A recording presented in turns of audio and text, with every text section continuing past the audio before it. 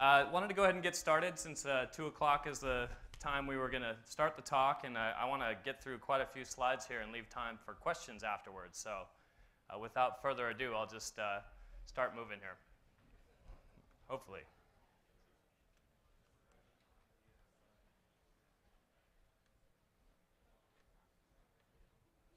There we go. Okay, guys, so my name is Pat McDonough, and I'm coming to you today from Databricks. Databricks is a company that's about a year old, a startup that was founded by the creators of Apache Spark. What's that? Is this on? Well, we'll just, I'll stand over here. Hopefully everything's okay. Databricks is a company that was spun out of UC Berkeley's AMP Lab by the folks who created the Apache Spark project. Like I mentioned, we're about a year old.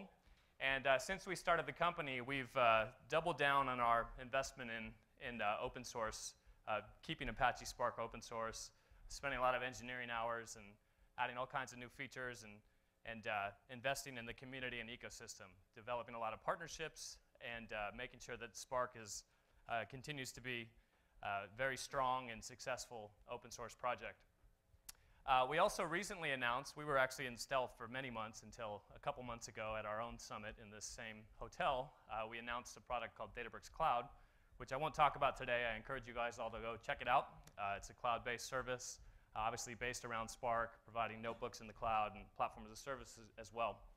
So that's how we plan to make money. But for the context of this conversation, it's all about Spark. And specifically, a couple months ago, we announced a partnership with DataStax, as DataStax has decided to ship Spark as part of DataStax Enterprise, and it was released in the 4.5 release.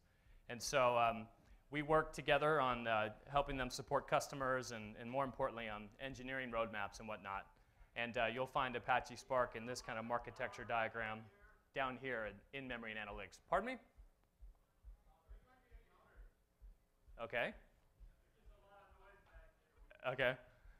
I don't think I can yell, but maybe we can turn the volume up. Okay. So anyhow, so anyone who's tried a more recent version of DataStax Enterprise will see that Spark is in the box and it's there for you to use. So today what I want to do is talk about why DataStax decided to make the big decision of bringing Spark on board, and to describe why Spark's valuable. It's often important to think about it in the context of where we've been with big data, compare and contrast to other systems like Hadoop. And I know that this infographic is way too small for any of you guys to actually read, but it has a lot of good stuff on it that I want to use to talk about, so I used it anyway. A couple important things to note. This goes from about 96 to 2011, and what you'll see at the bottom here is that should I use that instead?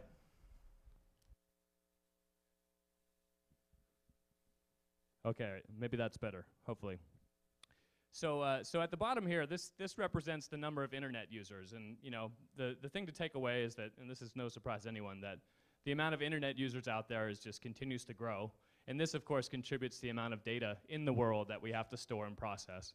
And some of these bubbles are, like I mentioned, too hard for you guys to read, but probably the most important takeaways are that first of all, can you believe it's been about 10 years or over 10 years since Google published the GFS paper that kind of started this whole big data movement. So the GFS paper followed by the MapReduce paper, and then of course for the NoSQL stores, the important research papers in that realm were Google's Big Table and Amazon's DynamoDB paper. And so since then, we've seen a number of different kind of innovative systems come to market, kind of a zoo actually of innovative systems, and actually quite confusing to try to understand the complexities of various systems and different stacks and what is big data and this and that. But nonetheless, it's brought a lot of important innovations for us to use. And here's one version of it, some stack I found on the internet and put on this slide, and here's another version of the zoo, right? There's just all kinds of different systems that folks are using these days to actually analyze big data. Here's another one. I'm not picking any particular animal from the zoo, but just pointing out that there's a whole lot of systems out there that maybe you guys have touched some of these. So over the last decade of using these systems, let's think about what's actually worked pretty well from these. And I think the most important thing to take away from the evolution of big data is that distributed data parallel systems are incredibly disruptive. They've completely changed the way we manage and process data, and that's because we had to make that happen, right? Because of that chart that I showed you, the amount of data for us to store and process wasn't going to happen with traditional systems. So thankfully, distributed data parallel systems are part of just about every enterprise. So that's fantastic. Through the use of things like Hadoop, we've certainly solved the ETL problem. Hadoop and other big data systems have, can process data with massive throughput, and so that's great. We've solved the kind of ETL problem, and now we've brought on new patterns such as the data hub or the data lake. People using data in new ways to provide innovative solutions, whether it's machine learning or whatnot, to derive value from data. So this is great. Things have changed. But nonetheless, there's still a lot of things that have not worked all that well over the course of everyone adopting big data. MapReduce has been a key kind of component, the kernel of big data platforms for the analytics portion. And it's for good reason, because it's proven to be very powerful, responsible for a lot of the throughput we just talked about. And it's also incredibly flexible. You're not limited to just a query language like SQL. You can run arbitrary programs. But the challenges, of course, have been that it's really only about throughput and not about latency. And also, it's been pretty inefficient when it comes to using memory. So MapReduce, as we know it, is spins up a JVM for a task, shuts it down, does that over and over and over again, thousands of times. It's not really trying to use memory. It's putting everything, all the intermediate data, on disk and reading it back out. So that's certainly not going to provide you low latency because it's inefficiently using memory. And last but not least, certainly not least, MapReduce is just far too hard to program. And so we get around that by using a lot of other tools. And those tools are very useful, but I'll talk in a minute about how having too many tools might be an issue. So a lot of people might answer that last challenge by saying, well, fortunately, there's SQL available on most platforms now. And that is true, and it is a really great thing to see, because it does help solve the ease of use problem I talked about. It also solves some of the latency things in certain cases, especially when it is an alternative system that is running and using memory efficiently, et cetera. But the problem is, of course, that it is an alternative system running side by side with a MapReduce platform and maybe your NoSQL store as well. And as you add more systems, that can cause overhead in terms of management and configuration, et cetera. It's also important to note that SQL is, while it's very useful for a lot of cases, there are certain cases that it's not well suited for. Machine learning would be an example. Sometimes to express a machine learning algorithm, you need to write a real program. You need to have loops and variables and maybe even call out to existing libraries that are part of your favorite programming language. And that's really hard to do in SQL unless you're one of the few people in the room who knows how to write a UDF or a UDAF or whatnot. So these are some of the issues with SQL, and I should point out another one that I almost forgot. It's very hard to express multi-step data pipelines. And it turns out in most cases, whether you're talking ETL or machine learning or whatnot, inherently, most of the things we do with data are multi-step. We do 2 or 3 things. We suck some data out of a system, we filter it, maybe transform it, and then we might build a model or something like that. So usually there's a few steps involved. Another challenge we like to look at and call out when we look at the last 10 years of big data is ease of use. And I mentioned this on the MapReduce slide, but because MapReduce is very hard to program in, there's been a lot of higher level languages and systems built on top of it to solve that problem, which is great. Choices are certainly good to have, but the challenge is that for each new system or maybe new language that you add, you basically have to configure it differently, maybe manage it differently, install it differently, et cetera. Maybe you even have to coordinate multiple runtimes. And so while choice and having multiple systems may be a good thing, the more we can consolidate into a few choices, the better. And by the way, when using these higher level languages, you often don't have access to your full kind of the language that you're used to, all of the libraries for a given language, et cetera. So last thing to mention, as far as issues that we have in big data, is latency. I've mentioned this a few times. Big data systems tend to be throughput oriented, And while some of these newer SQL solutions might give you low latency in a lot of cases, there's cases where you want interactivity beyond SQL. You might want to have a shell to access data sets and process them in an interactive fashion, but not just using SQL.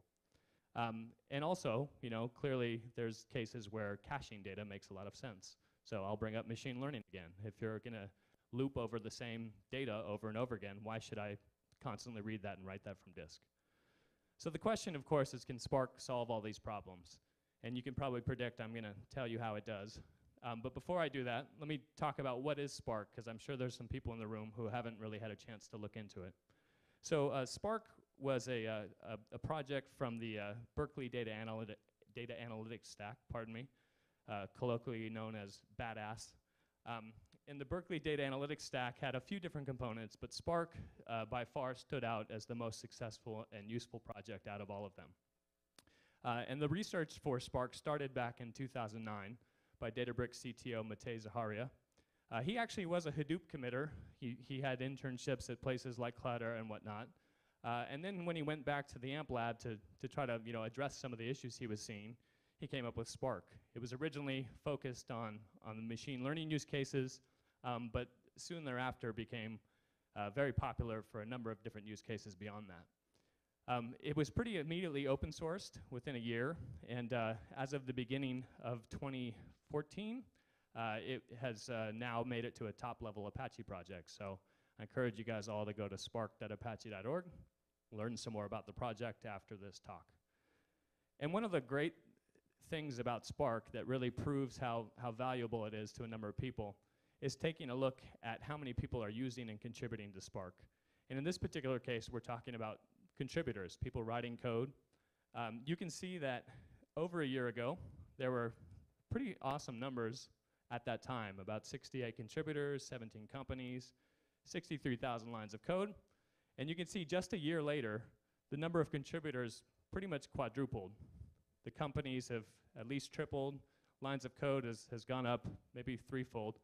Some might say that's a bad thing, but nonetheless, there's a lot of activity going on in the project. So that should tell you something, that this is, there's good reason for people to start paying attention to Spark. It's probably why the room is completely packed right now. And as actually, if you compare it to other projects, these are unnamed projects in the Hadoop ecosystem.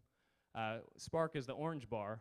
And you can see that the number of commits and lines of code changed just has far surpassed any of the other projects in the Hadoop ecosystem over the last 6 months. And we can plan to continue that trend. We see more and more people come on board all the time.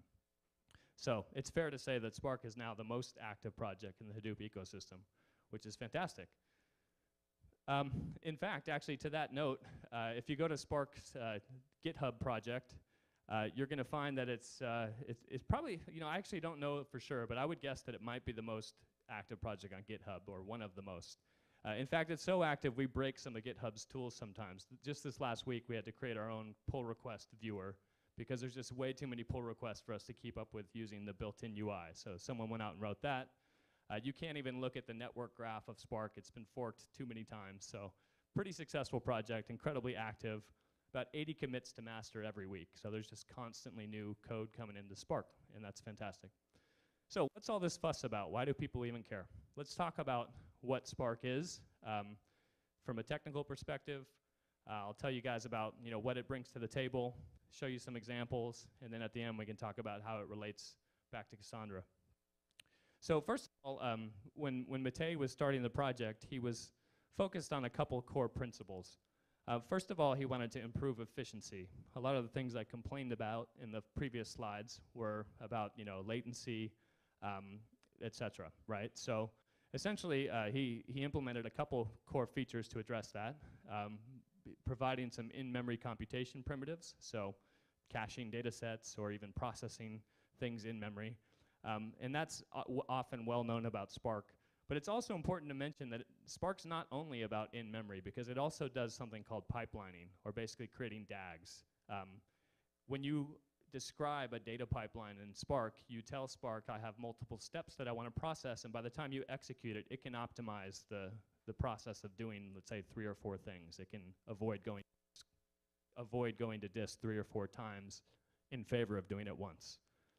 But he wasn't just concerned about speed. Speed is certainly great to have, but it was also about solving some of the inherent issues with the developer experience that we've seen with big data recently in the last decade, I'd say. And so his focus there was in making sure that the APIs that the developer uses are actually user-friendly.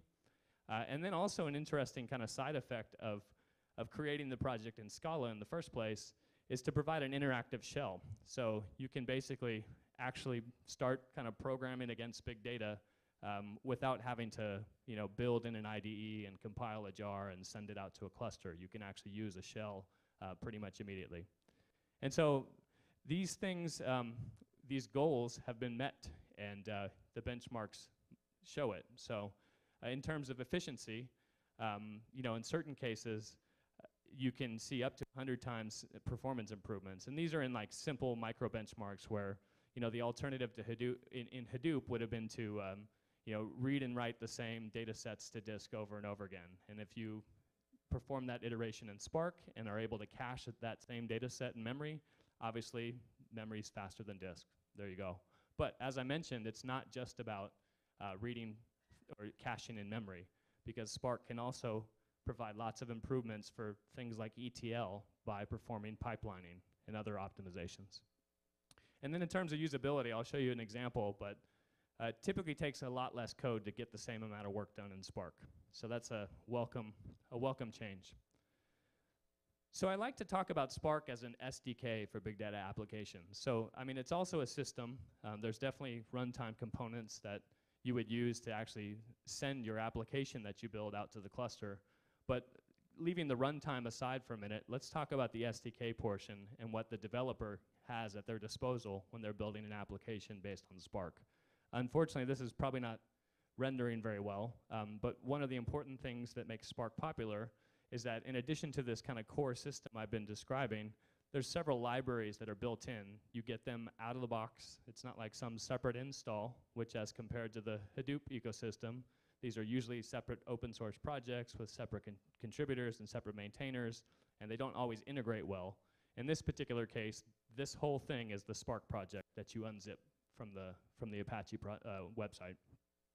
And when you open that up and find the libraries available, you'll see that in addition to the core system, there's a library for working with SQL, or not really just SQL, it's actually working with structured data, what we call Schema RDDs. There's a bunch of machine learning libraries available, as well as some primitives that help people write machine learning algorithms, such as statistics packages and whatnot. There's a streaming library, and also a graph processing library. And so these things are, again, all out of the box, and this provides a kind of unified system for people to build whatever big data application they might want to build. So if your goal is to build a dashboard that gets updates in real time, and in order to update the dashboard, it has to like classify the incoming data based on a model that you trained, you can do all of that in Spark. You don't need to glue together a bunch of different systems. As I mentioned a few times, the experience of actually writing in Spark is that you actually have a full-featured programming environment. So it's not like a very limited set of APIs that you can use. You can write real, full-blown Python programs or Java or Scala programs. And then within those programs, you can send your computation out to the cluster in a functional programming style. So that's pretty exciting. And then last but not least, Spark is actually available on a number of different big data platforms.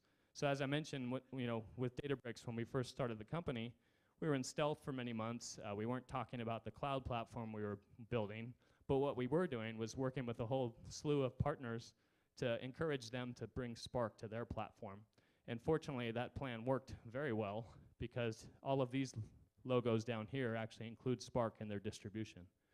And what's great about Spark is you can use it as your SDK, you can build your application, and it's basically write once and run anywhere. You can deploy that same application to a number of different flavors. So if you're like an independent application builder, this is pretty powerful for you to just pick one SDK, stick with it, and maybe even just compile once, or worst case, compile against different versions of different big data platforms. But again, one single SDK to solve a number of problems. And of course, you'll also notice that this goes beyond just Hadoop, right? So we were very proud to partner with DataStax and have Spark as part of DataStax Enterprise, because we don't want to make it seem like this is just a Hadoop tool. This is a general purpose big data platform that you should use for all your applications. So if you were to go out to the Spark website, as I mentioned, and go straight to the download button, you would unzip the project, and the first thing you'd want to do is actually open up Spark shell, or in this example, PySpark, the Python shell, same thing.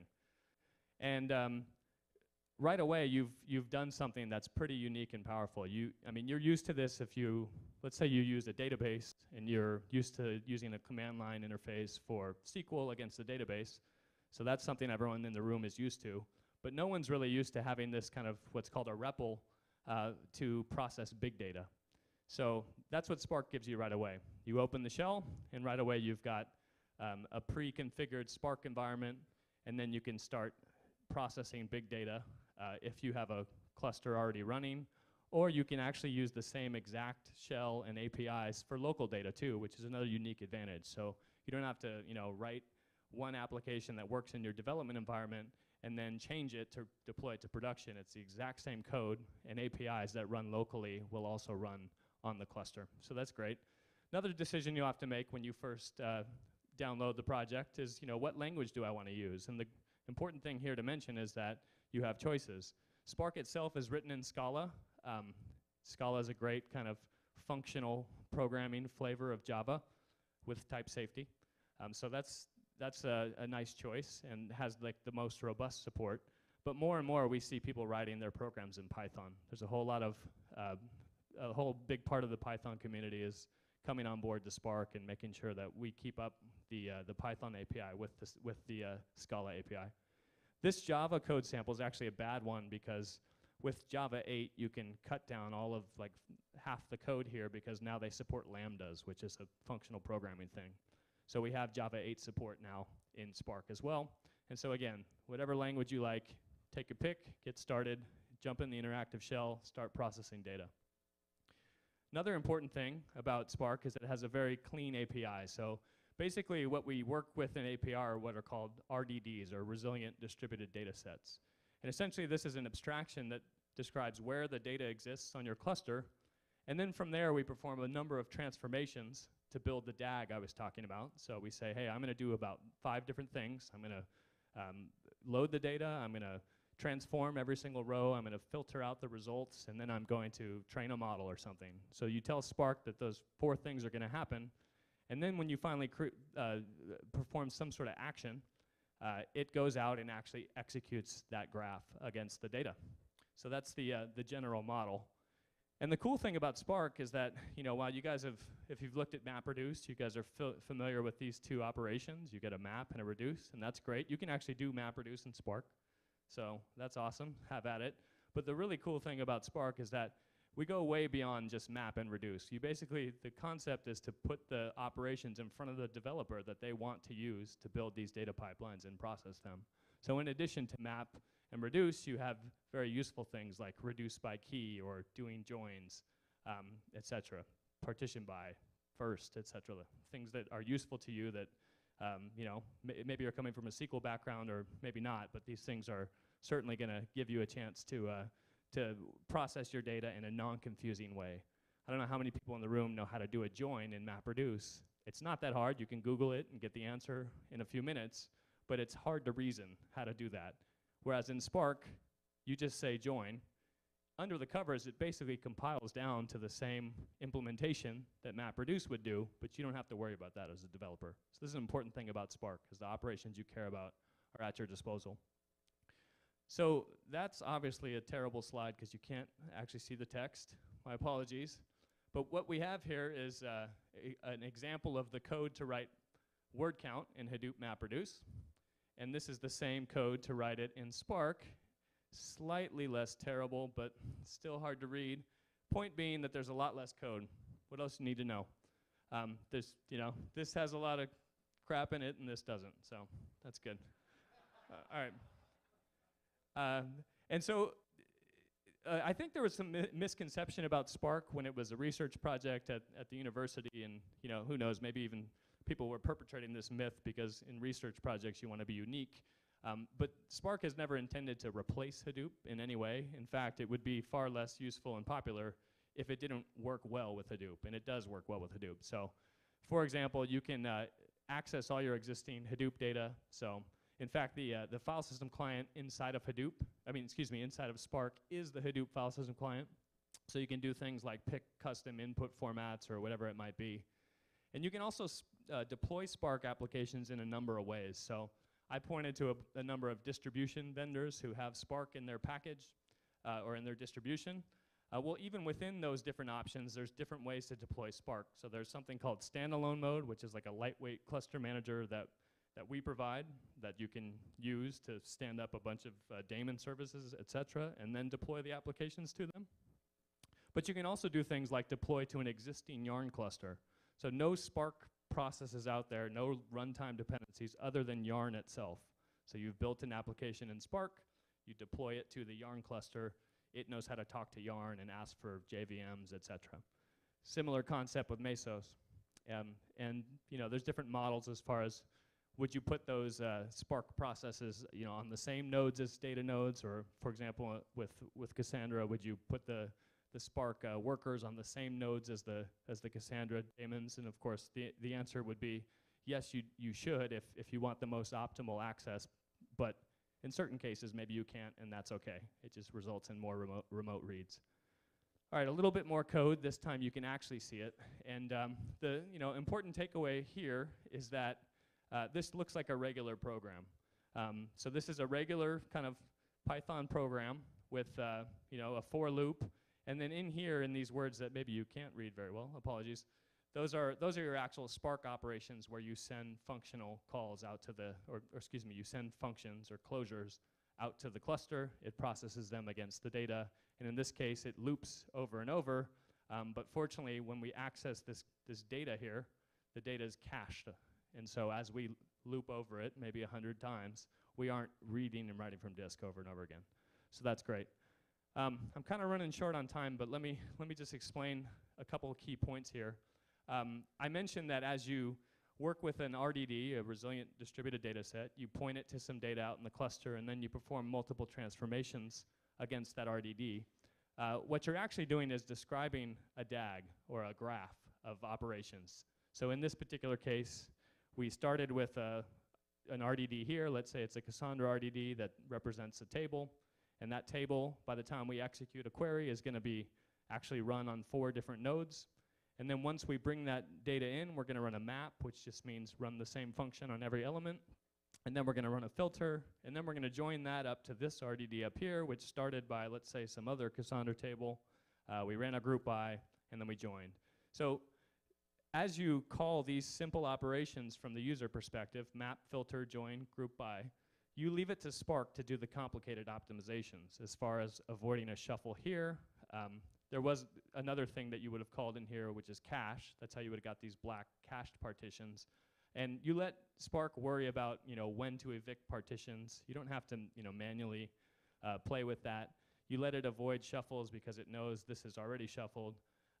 You also can take advantage of certain key things like fault tolerance. So for example, if for some reason this server here fell over, when Spark went to go get this partition, if this server no longer exists, it knows how to go recompute that on some other server. So because you're building a plan, you can use the lineage of that plan to recompute data whenever it needs it. And this is, as I mentioned, a benchmark, logistic regret. This is not even fair. Basically, what you're doing is, in this case, reading from disk, and in this case, reading from memory. It's obviously going to be faster with Spark.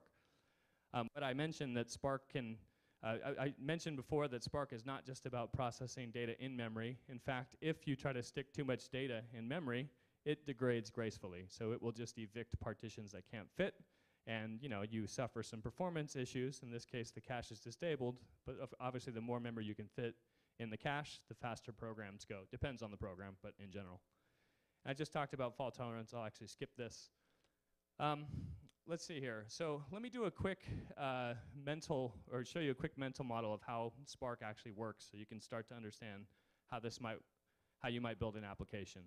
So in this particular case, we're going to start by defining a text file. So we use our Spark context to say, okay, I have a text file out there. It's located in this location. Let's just imagine this is a huge file with many gigabytes, many different partitions on several different nodes. But it's as simple as this to get the program started. And then we're going to perform a number of transformations. In this particular case, we're just doing one thing. We're filtering. So what we're saying here is, hey, go out against every element in this text file RDD and run the filter operation. And in that operation, you're gonna use this lambda, which is an anonymous function in Python. So I'm defining some function.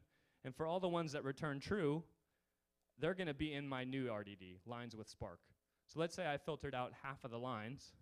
My new RDD is essentially an RDD from the same text file, but with only the lines that pass the filter. So that's great. But one really important thing is I actually haven't done any processing yet. All I've done is describe a plan. And then when I finally need some data, and Spark can no longer process it in a lazy fashion, because it actually has to go do computation, an example of that would be, go count how many records are left. Well, there's no way to lazily do that operation. So it actually has to finally go back and execute the whole operation here from the beginning. It goes and says, okay, well, in order to count, I have to go back and run my filter. And in order to do the filter, I have to go get the text file.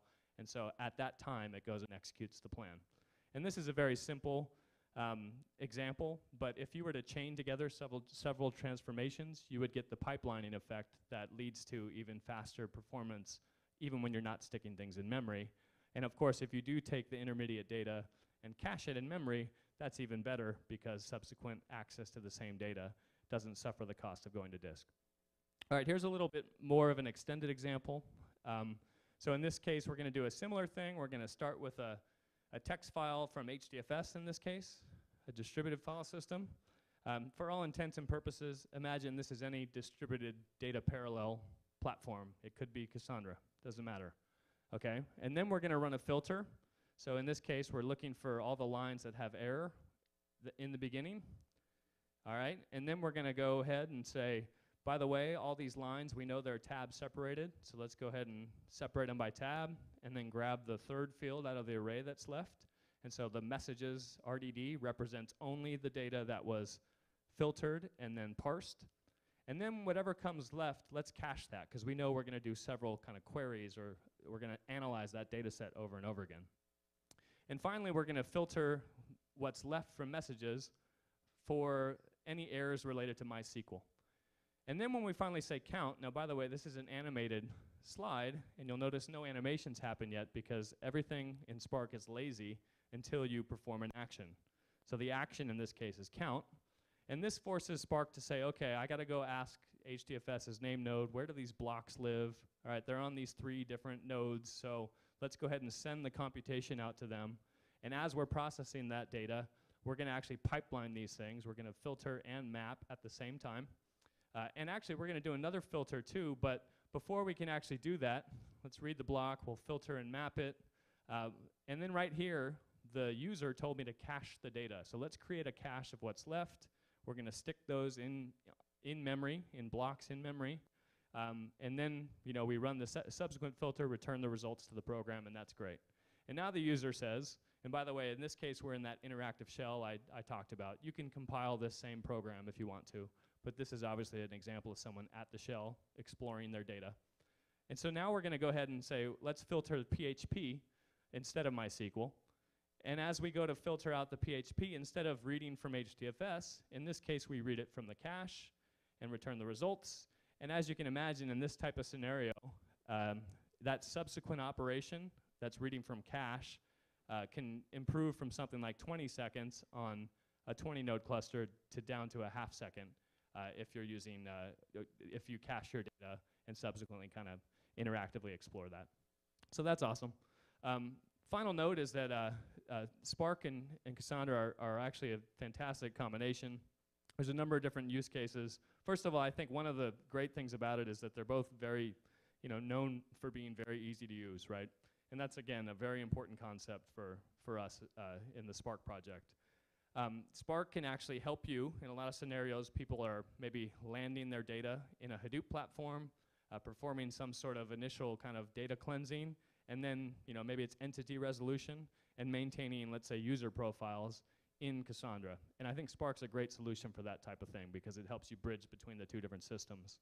A lot of people are also looking at using Spark streaming in conjunction with Cassandra. So you might stream into Spark. Again, do a similar to the last use case I described, kind of entity resolution in real time, and then persist the user records into Cassandra if you want to. And then last note here is that there is actually a Spark Cassandra connector, which was released, I'd say, about the time we released DSE, or around the time DataStax released DSE. This is awesome. It's a great project that makes it very easy for you to use Spark and the Spark shell in conjunction with your Cassandra data. One more thing to mention is that of all the different projects in Spark that relate to Cassandra, this is one that you should keep an eye on, Spark SQL, and more specifically, Schema RDDs within Spark SQL. Watch out for that fly, he's all over the place. Okay, sorry, slight distraction. So anyway, Schema RDDs are something that we added with a project called Spark SQL a few months ago. And Spark SQL is kind of a confusing name because it's more than just SQL. There is a SQL interface. You can write queries. You can do things like, look at Ask Hive for existing data. But more importantly, as far as I'm concerned, is it provides a built-in mechanism for structured data, for Schema RDDs. All the RDD examples I showed you before, they really have no concept of what the metadata or like the field names are within them. Schema RDDs provide that extra level of metadata, and that allows us to do things like optimize certain data access using things like predicate pushdown or partition pruning or whatnot. So this is a really important project. When you cache data with Schema RDDs, it's actually columnar. With the in-memory representation is columnar, which has a lot of important performance improvements for aggregations and whatnot. And it also gave us the ability to have native support for things like Parquet. So Parquet is like a columnar, self-describing data format. And the reason I bring up all these things in the context of Cassandra is that with one of the more recent releases of the connector I just showed you, it is going to be completely compatible with Schema RDDs. So it'll be able to create from Cassandra RDDs, Schema RDDs. And the reason that's important is you get integration with the rest of the stack kind of for free. Things like, maybe Python support, although I'm not sure about that. But access to all the other libraries, etc. So keep an eye on that. And since I'm out of time, I'll skip this roadmap slide and go straight to questions.